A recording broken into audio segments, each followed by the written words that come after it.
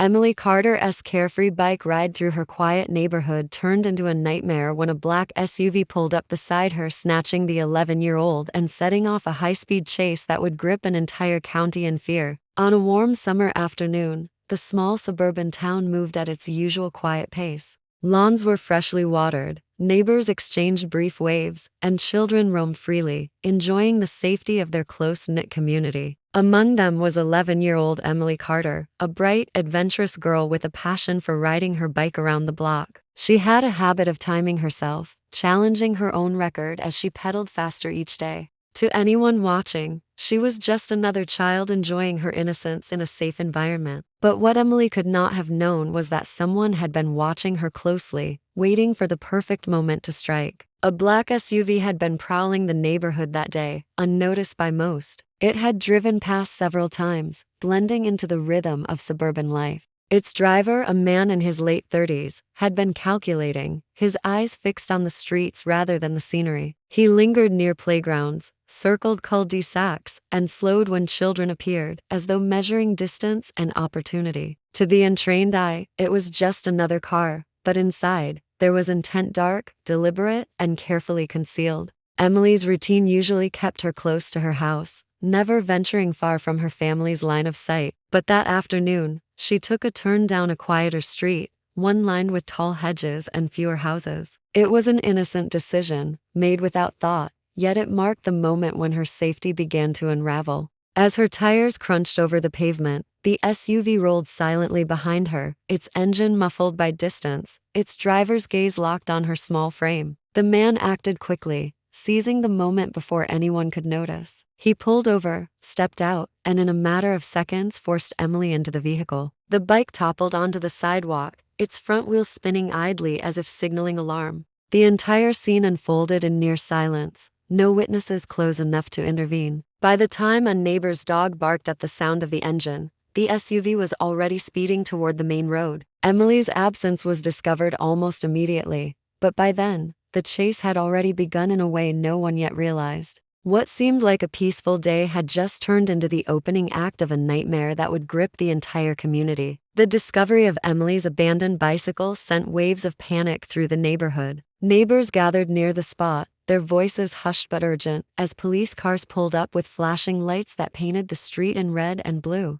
Officers quickly cordoned off the area, treating the small, ordinary bike as the first piece of evidence in what was rapidly becoming a serious investigation. For Emily's parents, the sight of the bicycle without their daughter nearby was devastating. They clung to the hope that there was some explanation, yet the growing presence of law enforcement confirmed their worst fears. Detectives moved swiftly, canvassing the area and questioning anyone who had been outside. A few neighbors recalled seeing a black SUV circling earlier in the day, though no one had thought much of it at the time. A retired couple mentioned spotting the vehicle pausing near the playground to streets over the previous week. These fragments of memory began to build a profile, suggesting that this was no random event. Whoever had taken Emily had been watching carefully and waiting for the right moment. Within hours, a breakthrough came from a gas station less than 2 miles away. Surveillance footage captured the black SUV pulling in just minutes after Emily disappeared. The license plate had been covered, a deliberate attempt to avoid identification, but the shape of the vehicle and its tinted windows gave investigators a starting point. The driver appeared calm in the footage, refueling quickly before heading back onto the highway. That small detail told detectives that this was not a panicked act,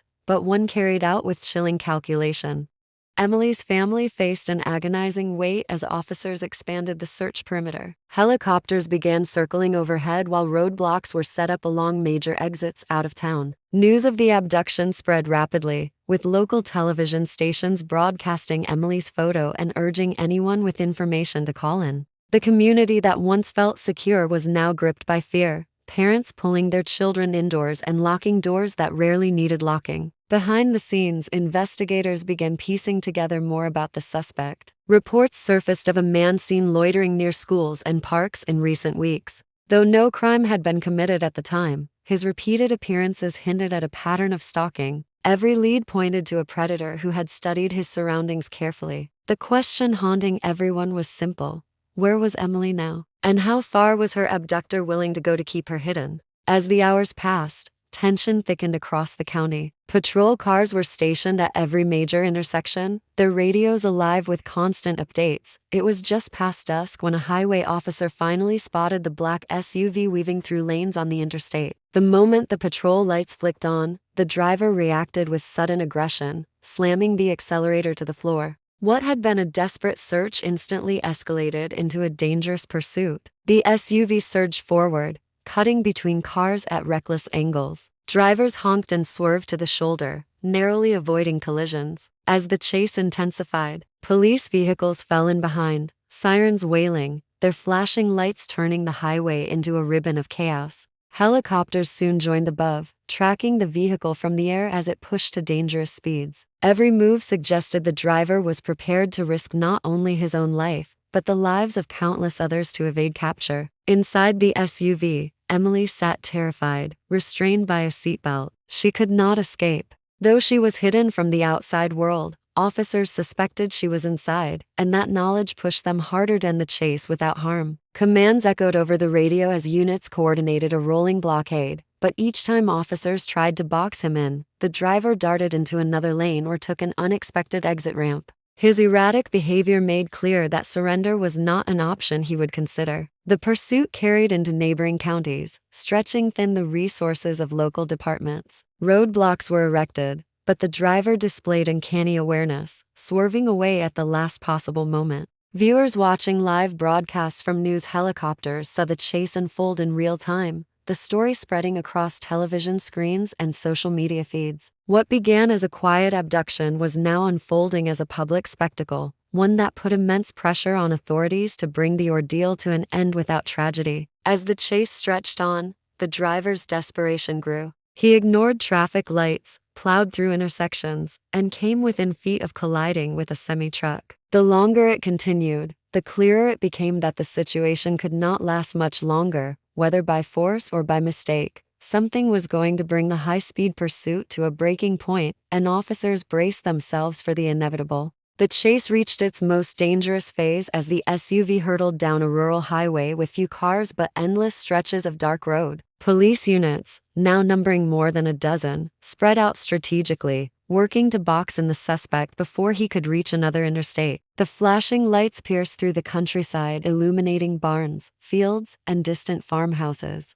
For the kidnapper, escape routes were shrinking. His reckless driving had shredded any illusion of control, yet he pressed forward as though speed alone could save him. Officers coordinated a plan to end the pursuit. A spike strip was prepared and placed across a narrow stretch of road that offered no side streets or alternate paths. The suspect's headlights appeared in the distance, growing larger as the SUV raced forward. At the last moment, he spotted the trap, but it was too late to stop. The sound of bursting tires cracked through the night, and the vehicle veered wildly, skidding across the pavement. Sparks flew as metal scraped asphalt before the SUV careened off the road and came to rest in a grassy ditch. For a moment, there was silence, broken only by the hum of police engines and the rotors of helicopters overhead. Officers cautiously approached, weapons drawn, expecting surrender. But the driver had no intention of giving up. He flung open the door, dragging Emily with him as he bolted toward the tree line. The girl stumbled in fear, her small frame pulled along roughly as they vanished into the woods. The forest added a new layer of danger. Thick underbrush and uneven ground slowed officers' pursuit, but they pressed forward, their flashlights slicing through the darkness. Search dogs were quickly brought in, their barks echoing through the night as they picked up the trail. Drones hovered above the canopy, detecting movement in places human eyes could not see. The man tried to use the woods as cover, weaving deeper into the maze of trees, but the perimeter around him was closing fast. Each passing minute heightened the stakes. Emily's safety remained the highest priority, and every officer knew the situation could unravel instantly. The kidnapper had lost his vehicle, his tires shredded and his escape plan ruined. Now he relied only on the cover of night and the dense forest. But the circle of law enforcement was tightening. The chase had moved from highways to hidden paths, and the final confrontation was drawing near. The woods became a battleground of shadows and light as officers closed in on the suspect. The sound of branches snapping under heavy boots echoed across the forest,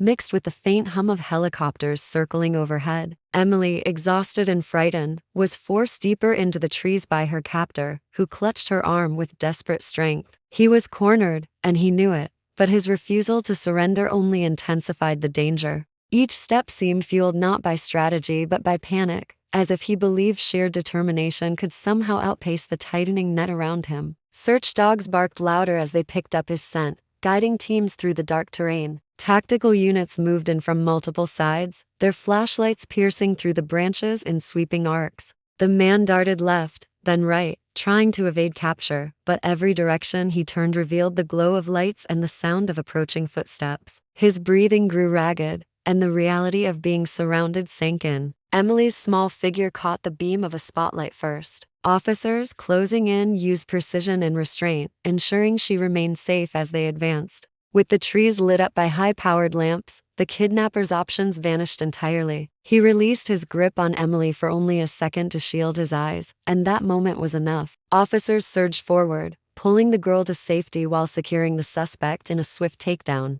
The ordeal ended almost as suddenly as it began. Emily, though shaken and terrified, was carried out of the woods and wrapped in a blanket by paramedics. Her parents, who had been waiting in agony, were finally reunited with her in a moment of overwhelming relief. The community that had been paralyzed with fear could now breathe again, though the memory of those hours would not fade quickly. Investigators later discovered notebooks in the suspect's vehicle filled with chilling observations, routes, and potential targets. It became clear that this abduction had been planned for weeks, if not longer. The high-speed chase and the standoff in the woods revealed not just his recklessness but also the danger of someone willing to risk everything to carry out a calculated scheme. Emily's rescue was celebrated as a triumph of swift law enforcement action and community vigilance. Yet it also stood as a sobering reminder that danger could emerge even on the most ordinary of days, hidden in plain sight until it was too late to ignore.